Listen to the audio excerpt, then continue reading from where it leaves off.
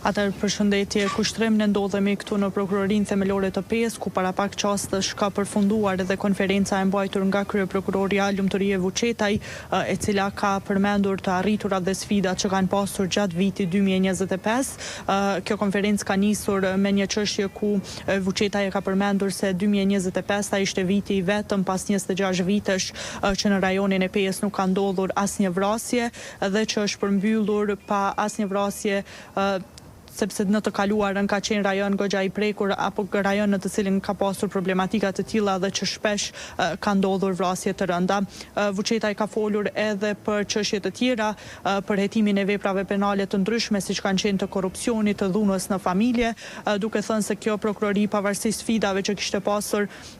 me mungesën e prokurorëve dhe me numrin e madh të rasteve të tilla, ja ka ndalur mban që të gjitha të i përfundojnë me sukses, edhe duke përmendur që shumica e lëndëve janë zgjidhur dhe se kanë marrë aktgjykime dënuese nga gjykatat. Në këtë konferencë janë shpërndar mirënjohje ndaj për 3 zyrtarët policorë të cilë kishin intervenuar në plagosjen që kishte ndodhur në afërsi të gjykatës themelore të PES muaj më parë, pas shpalljes së një aktgjykimi,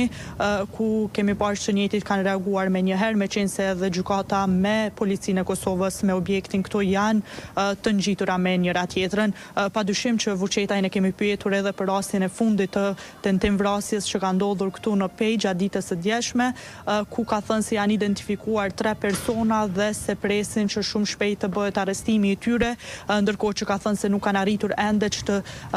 të shohin ndonjë pikë apo motivin e kësaj ngjarje që ka ndodhur, ndërkohë që ka bërë të ditur se viktima ende nuk është arritur që të intervistohet nga ana e prokurorisë, me qenë se edhe më tutje është duke marrë trajtim në qendrën klinike universitare të Kosovës. Ajo ka thënë se janë duke ndërmarrë të gjitha veprimet që të bëhet sa më shpejt arrestimi i tyre, me qenë se tashmë edhe janë identifikuar të dyshuarit e kësaj ngjarje.